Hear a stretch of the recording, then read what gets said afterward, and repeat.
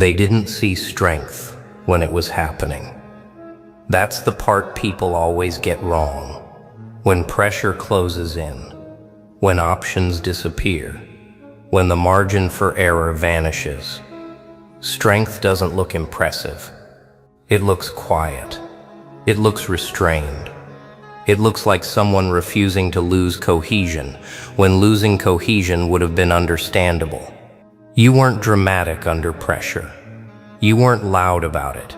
You didn't signal endurance or announce resilience.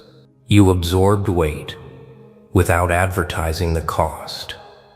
And because of that, most people misread what they were witnessing. They thought you were fine, or lucky, or untouched. They didn't realize you were carrying pressure that would have disrupted their sense of direction entirely. Pressure reveals material, not talent, not ambition. Material. What someone is actually built from when there's no room for performance. You didn't rush to escape it. You didn't offload it onto others. You didn't numb yourself just to survive the moment. You stayed present while the pressure intensified. That's the difference they're only noticing now. Anyone can look capable when conditions cooperate. Very few remain intact when conditions refuse to. You didn't harden yourself into something unfeeling. You didn't collapse into reaction. You adapted internally and held your center without knowing when relief would arrive. That's why the pressure didn't expose weakness. It exposed structure. And structure doesn't announce itself while it's being tested. It simply holds. Now, with distance, people are starting to replay those moments, recalculate what they saw. And a question forms that didn't exist before. Not admiration, not envy, curiosity. Because if you could carry that kind of weight without breaking form, then what you're made of isn't ordinary. It's something most people never had to discover about themselves. They start retracing the pressure point by point, trying to locate the moment you should have given in, the deadline that should have rattled you, the loss that should have knocked you off center, the silence that should have made you panic. But every place they expect collapse, they find composure instead. Not because it was easy, because you didn't allow the pressure to define your internal state. Most people negotiate with pressure. They bargain with it. They try to outrun it, or soften it, or explain it away. You didn't. You accepted it as a condition and adjusted yourself accordingly. That's why you didn't flinch. Flinching assumes the pressure has authority. You never granted it that. You understood something early that others only learn after breaking a few times. Pressure doesn't respond to emotion. It responds to structure. Panic feeds it. Resistance sharpens it, but alignment neutralizes it. You aligned your behavior to reality instead of demanding reality bend to you. That's what carried you through. Not force, not optimism, not blind toughness, precision. You chose exactly what to hold and exactly what to let go of. You didn't waste energy reacting to every shift. You conserved it. You distributed it. You stayed deliberate while others exhausted themselves trying to escape discomfort. And that's when the real separation occurred. While they were draining themselves emotionally, you were stabilizing. While they were waiting for conditions to improve, you were improving your tolerance for conditions not improving. That difference compounds quietly. It doesn't look impressive in the moment. It looks uneventful. But uneventful endurance under pressure is the clearest indicator of what someone is actually built from. That quiet endurance is what makes them uneasy now. Because from the outside, it didn't look heroic enough to explain survival. There was no dramatic stand, no visible breaking point, no emotional release they could point to and say, "That's where it happened." You simply stayed functional while the environment applied weight, and functionality under sustained pressure is rare. Most people can endure spikes, short bursts of intensity, a crisis with an end in sight. What overwhelms them is duration, pressure without a clear finish line. You handled that, not by numbing yourself, not by pretending it didn't exist, by remaining internally organized while time stretched on. That's why people couldn't read you correctly then. They were looking for signals they recognized: strain, frustration, desperation. You didn't display them, not because you didn't feel them, but because you didn't let them drive. You separated sensation from action. You felt the weight without letting it dictate your movement. That separation is a skill most people never develop, because most people escape before they have to. You didn't have that luxury. So you adapted. You learned how to carry pressure without leaking it into your behavior. That's what they're trying to understand now. How someone can be under that kind of load and still move with intention, still make clean decisions, still preserve clarity. They're realizing that what protected you wasn't toughness. It was discipline over your internal response. And discipline at that level isn't loud. It's invisible until the moment passes and you're still standing where others would have folded. That discipline is what reframed everything once the pressure lifted, when people expected you to unravel afterward, to vent, to drift into recovery mode, to show the cost in visible ways. You didn't. You didn't swing to the other extreme. You didn't seek compensation for what you endured. You resumed movement as if continuity had never been broken. That's when they realized the pressure hadn't carved damage into you. It had clarified you. You didn't come out brittle or hardened. You came out calibrated, more precise about what matters, less reactive to what doesn't. Pressure stripped away the unnecessary habits people rely on to feel stable. You didn't lose stability when that happened. You gained it, because what remained was something that didn't depend on comfort or certainty, and that unsettled them more than collapse ever would have. Collapse is familiar. Calibration isn't. They couldn't map your response onto anything they knew. You weren't triumphant. You weren't resentful. You weren't chasing relief. You moved with the same internal timing you had before the pressure arrived. That consistency forced a realization they didn't want to make. The pressure didn't reveal a hidden reserve you tapped into temporarily. It revealed your baseline. You didn't rise to meet the pressure. You met it from where you already were. That's why people started asking a different question. Not how did you survive, but what were you built on before survival was required? That question doesn't come from admiration. It comes from disorientation. Because if your baseline could absorb that kind of pressure without distortion, then the rules they live by aren't universal. They start to see how much of their own stability is borrowed from comfort, timing, or reassurance. Remove those supports and everything wobbles. Yours didn't. You didn't need favorable conditions to remain coherent. You didn't need certainty to make decisions. You didn't need permission to keep moving forward.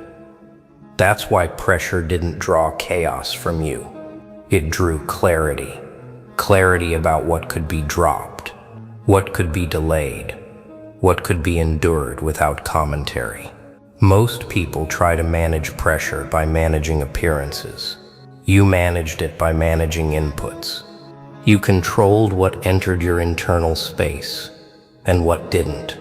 You didn't let urgency rewrite your priorities. You didn't let uncertainty set your pace. That kind of control doesn't come from willpower alone. It comes from familiarity with discomfort, from having stayed present long enough in hard conditions to know what actually threatens you and what just feels loud.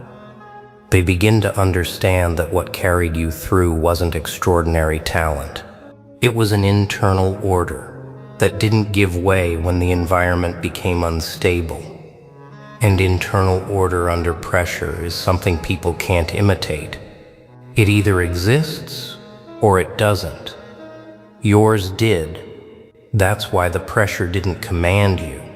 It tested you and moved on. And now, with distance, people are left with a realization they can't ignore. Whatever you're made of, it isn't common. It's something formed where escape wasn't an option, and staying intact was the only way forward. And that realization is where everything settles. People stop trying to reduce your endurance to motivation or mindset because neither explains what they witnessed. Motivation flares briefly and fades. Mindset fluctuates. What you showed didn't fluctuate. It held. You didn't borrow strength from belief. You didn't lean on optimism to get through. You operated from something quieter and far more durable, an internal agreement that you would remain intact regardless of conditions. That agreement doesn't look impressive. While it's happening, it looks uneventful. But uneventful endurance under sustained pressure is the rarest thing there is. That's why people are only now asking what you're really made of. Because answers that rely on talent or luck don't survive close inspection. They can't explain why you didn't lose coherence when there was no reward for holding together. They can't explain why urgency never steered your behavior. They can't explain why, when everything tightened, you didn't lose clarity. What carried you through wasn't resistance. It was alignment. You stayed aligned with yourself when abandoning that alignment would have made the moment easier. And most people don't do that. They trade themselves away to escape discomfort. You didn't. That choice doesn't announce itself. It integrates. It becomes the way you move afterward. Calm, exact, unavailable to pressure. That relies on urgency to function. That's the material they're trying to understand now. Not muscle, not toughness, integrity under weight.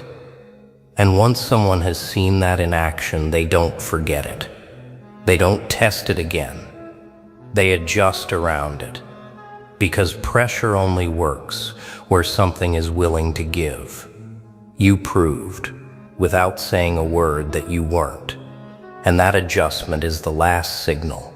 When people stop testing you, stop escalating, stop assuming pressure will move you, it means the conclusion has already formed, not emotionally, structurally. They understand now that whatever you went through didn't just toughen you for a moment. It clarified a lasting boundary.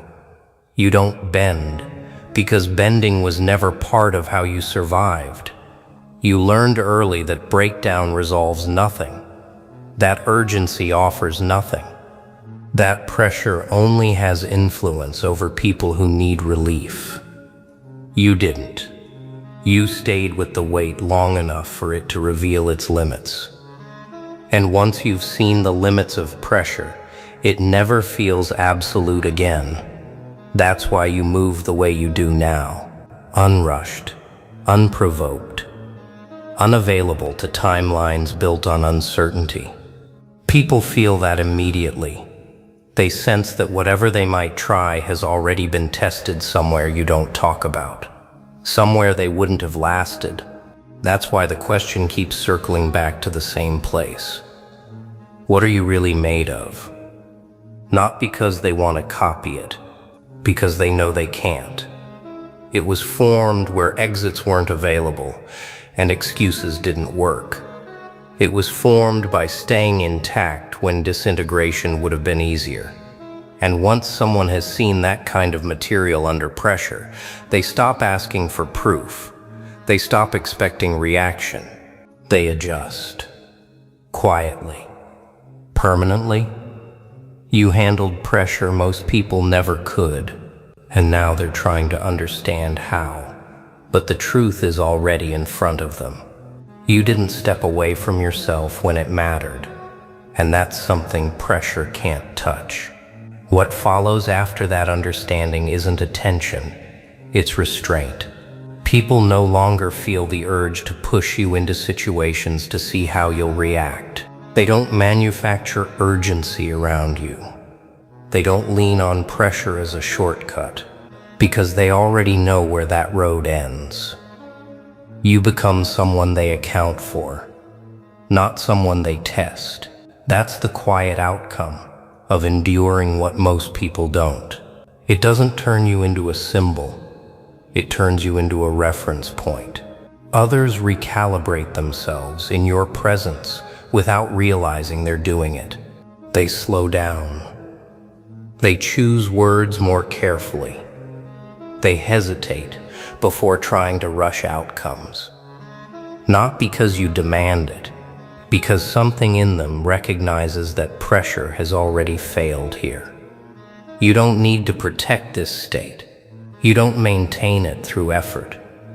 It maintains itself because it's built on memory. The body doesn't forget. The memory of weight that didn't move you. The memory of conditions that didn't disrupt you. From that point on, your past doesn't explain you. It stabilizes you. And stability like that doesn't invite curiosity forever. It ends it. People stop asking how you did it because they sense the answer isn't transferable. It wasn't learned in comfort. It wasn't learned quickly.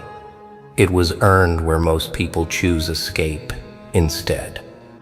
You made it through what most people don't.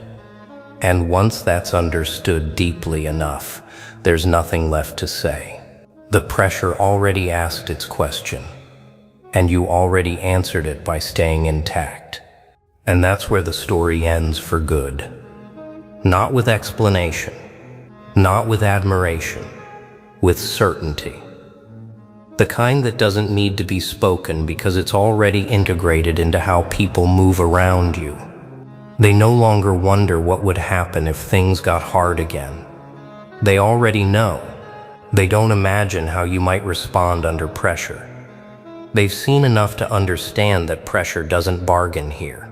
It reveals. And what it revealed in you was something most people never develop, because they never stay long enough in the conditions that shape it. You didn't come out louder. You didn't come out harder. You came out settled. And settled people are the most difficult to unsettle, because nothing external holds their center hostage. That's why this isn't a phase or a reputation you have to defend. It's a position, one you reached without declaring it, without performing for it, without needing anyone to agree. People feel it and adjust. That's the final outcome of handling pressure most people never could. You don't carry the past as a badge. You don't relive it as a wound. You don't use it as leverage.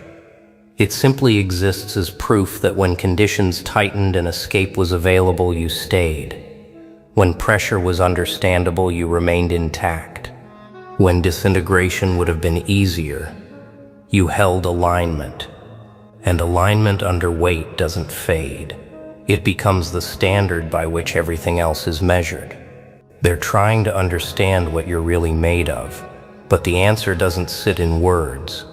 It sits in the fact that pressure already tested you and moved on. Nothing else needs to.